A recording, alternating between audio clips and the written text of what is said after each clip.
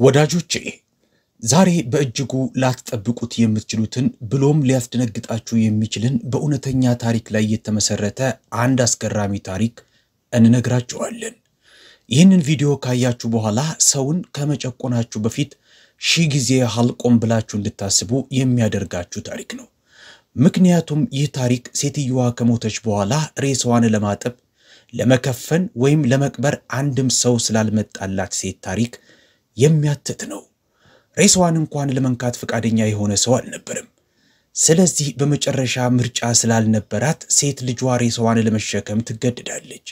ብቻዋንም ሬሳዋን ለማጠብ ቃሬዛውንም በጭንቅላቷ ተሸክማ ወደ መቃብር ስፍራው ተወስደዋለች። ምክንያቱም በዛ መንደር ውስጥ የሚኖር እያንዳንዱ ሰው ያቺን ሟች ሴት ይጠላት ስለነበር። ከተቀበረች በኋላም የመንደሩን ነዋሪ የረበሸና ያስፈራ አስደናቂ ክስተት ይከሰታል። ይህችን ሴት ሁሉም ሰው እንዲጠላት ያደረገው ምክንያት ምን ነበረ? ልጇንስ ሬሳዋን ብቻዋን እንድታጠብ ቃሬዛውንም እየጎተተች ተሸክማ ይዛ እንድትሄድ ያደረጋት ምክንያትስ ምንድነው?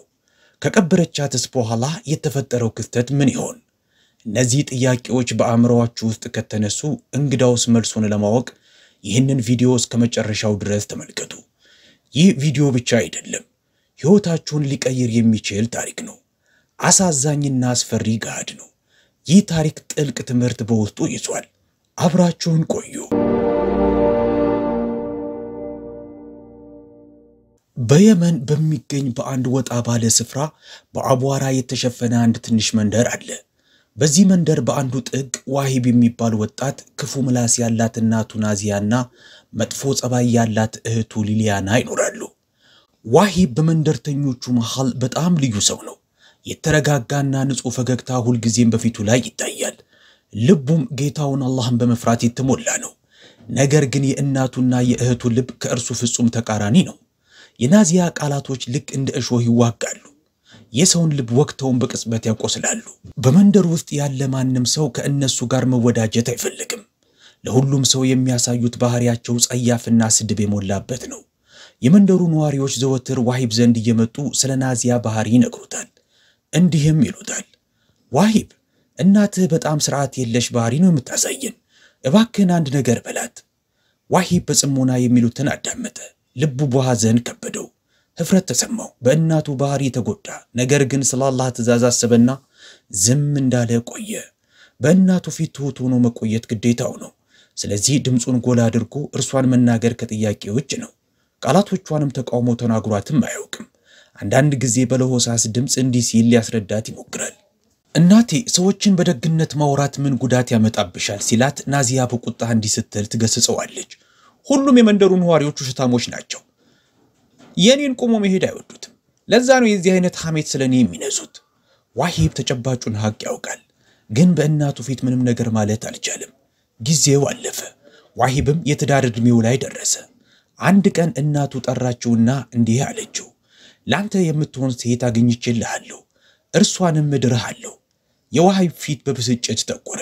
ሐዘን በተሞላበት የድምፅ ቅላጼ ግን ረጋ ብሎ እንዲህ አለ፣ እናቴ ማን ልጁን ለእኛ ይሰጠናል? በመንደሩ ውስጥ ያለው ሰው ሁሉ አግልሎናል። የትኛውም አባት ሰላም የሌለበት ቤት ልጁን አይልክም። እህቱ ሊሊያናም ዕድሜዋ ለትዳር ደርሷል፣ ግን በመጥፎ ባህሪዋ የተነሳ የመጣላት የትዳር ጥያቄ አልነበረም። በመጨረሻም አንዲት በመንደሩ ጥግ የምትኖር የቲም ልጅ ተገኘች። ስሟ ኢቅራ ይባላል። ወላጆቿን ካጣች በኋላ በአጎቷ እንክብካቤ ስር ሆና ነው ያደገችው። በውበቷና በባህሪዋ ተወዳዳሪ የላትም። ተፈጥሮዋም እንደ ጠዋት ጤዛ የሰከነና የጸዳ ነው። ዋሂብ አገባት። የጋብቻቸው ዕለት ምሽት ዋሂብ ማመንታትና መጸጸት በተቀላቀለበት ስሜት የኢቅራን እጅ ይዞ እንዲህ አላት፣ ኢቅራ አንድ ነገር ልንገርሽ፣ እናቴና እህቴ ጨከን ያለ ባህሪ ነው ያላቸው። ቃላታቸው እንደሚጎዳሽ አውቃለሁ፣ ግን እናቴን ተጻድሬ መናገር አልችልም። ለአላህ ብለሽ እነሱ እንደሚሉሽ ሆነሽ ለመኖር እባክሽን ሞክሪ፣ እኔንም ትንሽ ታገሺኝ አላት። በኢቅራ አይኖች ውስጥ እርጋታ፣ በፊቷም ላይ የተረጋጋ ፈገግታ እየታየ የዋሂብን እጅ አጥብቃ በመያዝ እንዲህ አለችው፣ አትጨነቅ፣ ካሁን በኋላ የአንተ እናት ብቻ አይደለችም፣ የኔም እናት ናት።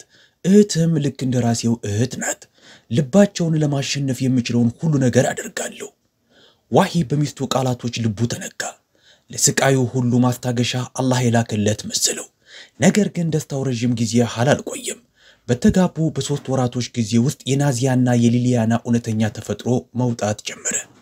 የኢቅራን እርጋታ እንደ ድክመት ቆጠሩት። በየቀኑ ጭካኔ የሞላበት የአእምሮ ስቃይ ሰለባ አደረጓት። ያለ ምክንያት ይገስጿት፣ ይቆጧት፣ ያፌዙባት ጀመረ።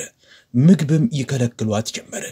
ኢቅራ ሁሉንም በዝምታ ዋጥ አድርጋ ተቋቋመችው፣ ለባሏ ስትል ብቻ። ዋሂብ ሁሉንም ነገር አይቷል። ልቡም በስቃይ ኩምትር ብሏል። ነገር ግን ከእናቱ ፊት ደካማ ነው። ከዛም የተስፋ ጮራ በህይወታቸው ውስጥ ፈነጠቀ። ከተጋቡ ከ5 ወራቶች በኋላ ኢቅራ ረገዘች። የዋሂብ ደስታ ወሰን አጣ። ይህ ልጅ በቤተሰባቸው ላይ ያለውን ጨለማ ሁሉ ሊያስወግድ እንደሚችል ተሰማው። ኢቅራም ስቃዩን ሁሉ ረስታ እንደ አዲስ ማለም ጀመረች። ነገር ግን ይህ መልካም ዜና በናዚያና በሊሊያና ልብ ውስጥ የቅናት እሳትን ለኮሰ። የኢቅራንና የዋሂብን ደስተኛ ሆኖ ማየት መታገስ አቃታቸው። ከአእምሯቸው ውስጥ አንዳች የጭካኔ ሴራን መጠንሰስ ጀመሩ። አንድ ቀን ሊሊያና ለእናቷ እንዲህ ስትል አንሾካሾከች። እናቴ፣ ይህ ልጅ መወለድ የለበትም። የናዚያ መጥፎ አይን በመስማማት አበራ። ቀናቶች ባለፉ ቁጥር ጭካኔያቸው የበለጠ እያደገ ሄደ። ያልተወለደው በኢቅራ ማህፀን ውስጥ ያለው ልጅ ጠላታቸው ሆነ። በማንኛውም መንገድ እርግዝናዋን ማጨናገፍ ፈለጉ። ዋሂብ ቤት ሲኖር የተረጋጉና ስርዓት ያለው ባህሪን ያሳያሉ።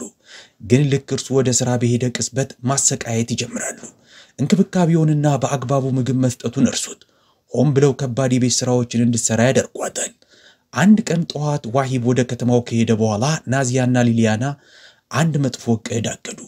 በማዕድ ቤቱ ወለል ላይ ነዳጅ ዘይት አፈሰሱ። ኢቅራ አንሸራቷት እንድትወድቅ ለማድረግ በገባች ቅጽበት ዓላማቸው ግልጽ ነበር። ኢቅራን ክፉኛ ጎድተው ያልተወለደ ልጇን መግደል ነበር።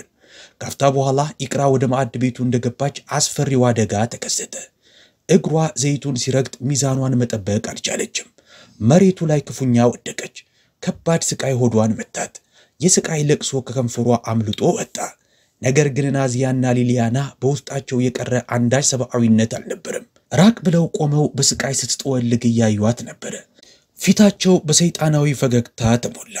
ዋሂብ ኢቅራን ወደ ሆስፒታል ይዟት በሄደ ጊዜ ረፍዶ ነበር። ዶክተሩ ያልተወለደው ልጅ ሊተርፋ ለመቻሉን ነገረው። ይህ ዜና በዋሂብ ራስ ላይ ሰማይ የመውደቅ ያህል ስሜት ነበር የፈጠረበት። ነገር ግን ለኢቅራ ስቃዩ የበለጠ ጥልቅ ነበር። ይህንን ሁሉ ጊዜ የተቋቋመችው ስቃይ ለዚህ ልጅ ስትል ነበር። አሁን ያ የመጨረሻ የተስፋ ብርሃኗ ስለጠፋ በውስጧ ያለው ትዕግስት ፍጹም አልቋል። ከሆስፒታል ከተመለሰች በኋላ ኢቅራ ዝም ማለት አልቻለችም። ልቧ በሐዘን ፈነዳ። የዛን ዕለት በመስገጃ ምንጣፏ ላይ ቆማ ያለምንም ቁጥጥር አለቀሰች። እያንዳንዱ ትንፋሿ በስቃይና በሐዘን የተሞላ ነበር። በመጨረሻም እጇን አንስታ ወደ አላህ ጸለየች። ጌታዬ ሆይ፣ እኔ የቲም ነኝ፣ ረዳት የሌለኝ ምስኪን ሴት ነኝ። ስለ አማቼም ስለ ባሌ እህትም ጭካኔ አማርሬህ አላውቅም።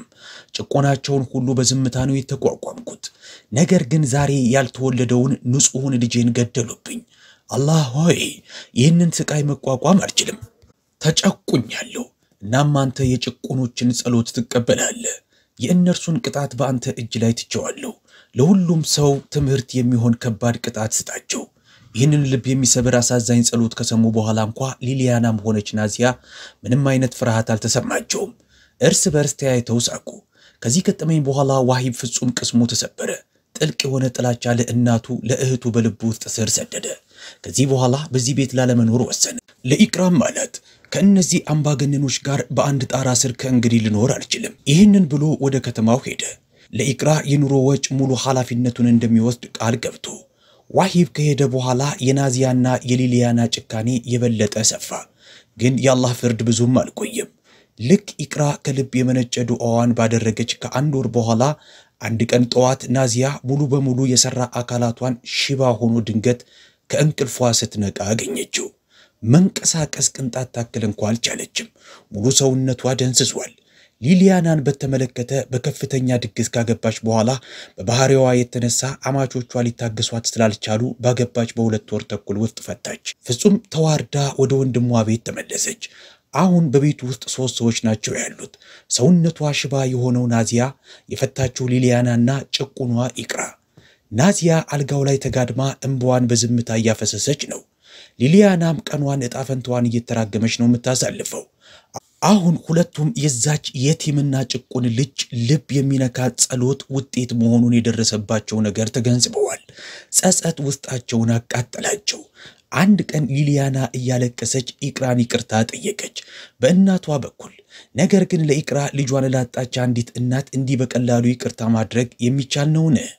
እንደ በረዶ በልቧ ውስጥ የቀዘቀዘው ሐዘንና ስቃይ እንዲህ በቶሎ ሊቀልጥ የሚችል አይደለም። ምንም መልስ ሳትሰጣት ክፍሉን ለቃ ሄደች። ከዚህ ገጠመኝ ከሁለት ቀናቶች በኋላ አንድ ቀን ጠዋት ናዚያ በአልጋዋ ላይ እንደተጋደመች ሞታ ተገኘች። የፍርሃትና የጸጸት ጥላ በፊቷ ላይ ይታይ ነበር።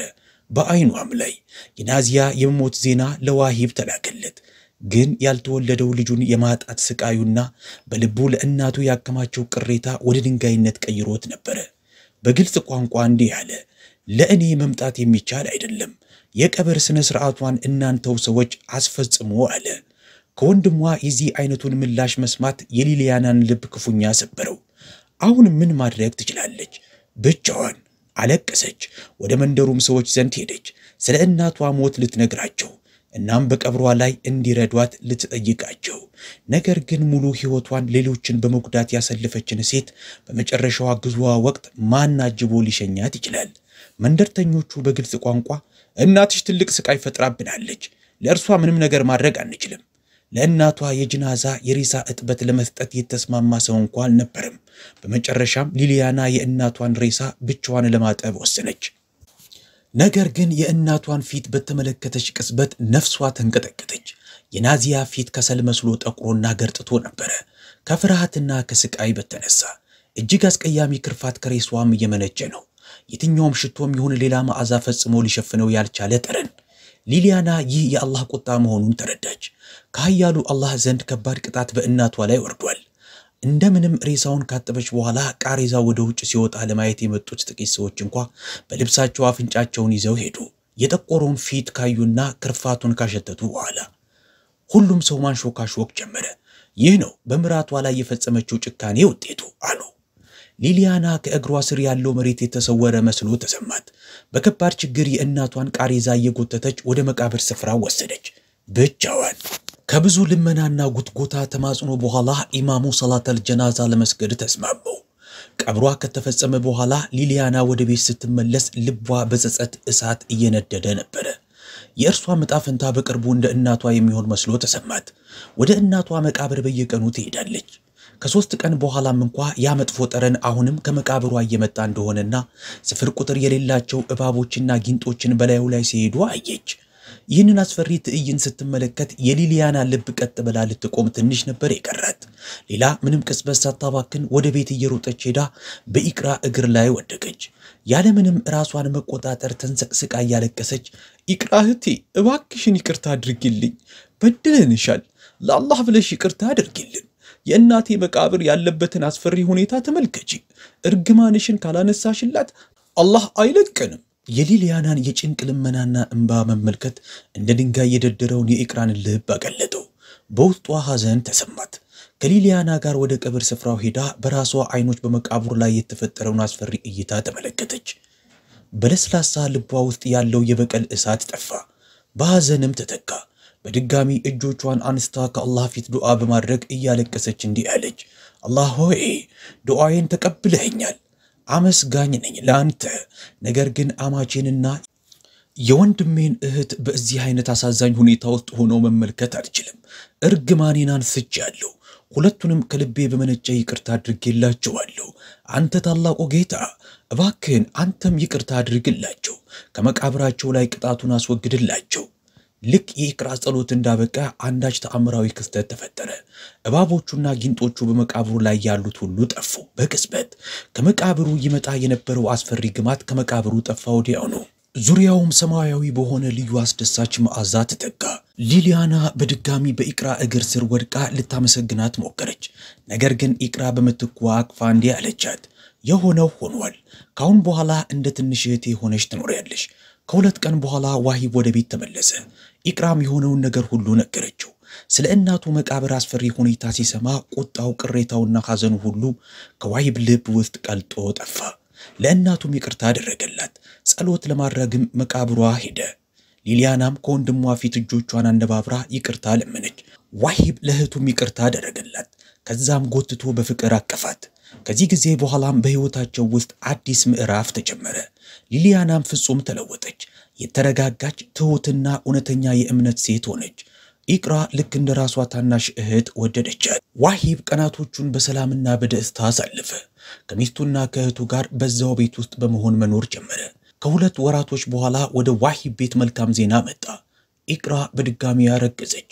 ሊሊያናም በጣም ተለውጣለች። ኢቅራም በጣም ተደሰተችባት። ዋሂብም በእህቱ ህይወት ውስጥ የዚህ አይነት ትልቅ ለውጥ በማየቱ በጣም ተደሰተ። ሊሊያና ፍጹም መልካም ሴት ሆነች። በድጋሚ ኢቅራ እጆቿን ወደ ጌታዋ አንስታ ጸለየች። ግን አሁን ለመራገም ሳይሆን ለመጸለይ ነበረ። ጸለየች። ታላቁ ጌታዬ ክብርና ፍቅር ሰጥተኸኛል። በአንድ ወቅት በትልቅ ስቃይ ውስጥ ነበርኩ። በእርግማን እጄን ወደ አንተ አንስቼ ነበረ። ግን አንተ ያንን ሰው ፍጹም ቀይረኸዋል። እናም ዛሬ ዓይንና ልቤ በሰላም ተሞልቷል። በእርሷ ተደስቻለሁ። አንተም ተደሰተባት። በእርሷ ላይ ምንም ቅሬታ የለኝም። ከልቤ ይቅር ብያታለሁ። አንተም ይቅር በላት። ወደ ህይወቷ መጨረሻ የሌለው ደስታንና ሰላምን አምጣላት። ህይወቷንም የአበባ አጸዳ አድርግላት። ይህንን ዱዓ ባደረገች በሳምንት ጊዜ ውስጥ የሊሊያና ትዳር ከአንድ ጨዋና የተከበረ ሰው ቤተሰብ ልጅ ጋር ተደረገ። ሊሊያናም ወደ ባሏ ቤት ሄደች። ጊዜው አለፈ። ኢቅራም አበባ የመሰለች ሴት ልጅ በመውለድ ወደ ዋሂብ ቤት ብርሃንን ይዛ መጣች። የአንዲት ጭቁን ሴት ዱዓ ቤተሰቡን ወደ ውድመት ሊያመጣው ከአፋፍ ደርሶ እንደነበረው ሁሉ ይቅርቷም እንደገና ያንኑ ቤተሰብ ወደ ገነት አጸድነት መለሰው። ወዳጆቼ ይህ ታሪክ ብቻ አይደለም፣ በጣም ጥልቅ የሆነ የህይወት ትምህርት ነው። የዛሬው ልብ የሚነካ ክስተት በግልጽ ኃያሉ አላህ የጭቁኖችን ጸሎት ሳይመልስ እንደማይቀር የሚያሳየን ነው። ጨቋኙ ምንም ያህል ኃያል መስሎ ቢታይም በመጨረሻ ግን አላህ ራሱ ፍትህን ያመጣል። በተጨማሪም ጨቋኝን መበደል ከትልቅ ኃጢያቶች መሃል ነው በአላህ አይን የሚታየው። ሌሎችን በጭካኔ የሚበድሉ ፍትህን የሚያጎድሉ አመልጣለሁ ብለው ሊያስቡ አይገባም። ማንም ሰው ከአላህ የፍትህ እጅ ፈጽሞ ሊያመልጥ አይችልም። በተጨማሪም ይህ ታሪክ ሰዎችን በእርጋታ ማውራት፣ ትህትናና ደግ ባህሪ በማህበረሰብ ውስጥ ክብር ለማግኘት እውነተኛ ቁልፎች ናቸው። ትህትናና አዘኔታ የሚያጥራቸው ሰዎች ውሎ አድሮ በህዝብ አይን ውስጥ ክብራቸውን ያጣሉ። ስለዚህ የዚህን ታሪክ ትምህርት ሁላችንም ከልባችን እንውሰድ። ከጭቁኖች አጠገብ ቁሙ፣ ከበደል ራቁ፣ ሁሉንም ሰው በፍቅርና በክብር አስተናግዱ። አላህ ለሁላችንም ይህንን ትምህርት ወደ ተግባር የምንለውጥበት መረዳትንና ጥንካሬን ይስጠን። አሜን። ውድ አድማጭ ተመልካቾቻችን ይህንን ቪዲዮ ከወደዳችሁ ተባካችሁን ላይክ ማድረግ እንዳትረሱ። ቻናላችንንም እስካሁን ሰብስክራይብ ካላደረጋችሁ አሁኑኑ ሰብስክራይብ አድርጉ። ሰብስክራይብም ካደረጋችሁ ከልባችን እናመሰግናችኋለን። ቪዲዮውንም እስከመጨረሻው ካያችሁ ጨርሻለሁ ደን ፊኒሽድ ብላችሁ በኮሜንት ላይ ጻፉልን። ከየት ሀገር ሆናችሁ እንደምትከታተሉንም አሳውቁን። የምንለቃቸው ቪዲዮዎች ዘወትር እንዲደርሳችሁም የደውል ምልክቱን ተጭናችሁ ኦል ማድረጋችሁን አትርሱ። ለዛሬ አበቃን። በሌላ ቪዲዮ እስከምንገናኝ አሰላሙ አለይኩም ወራህመቱላሂ ወበረካቱ። መልካም ጊዜ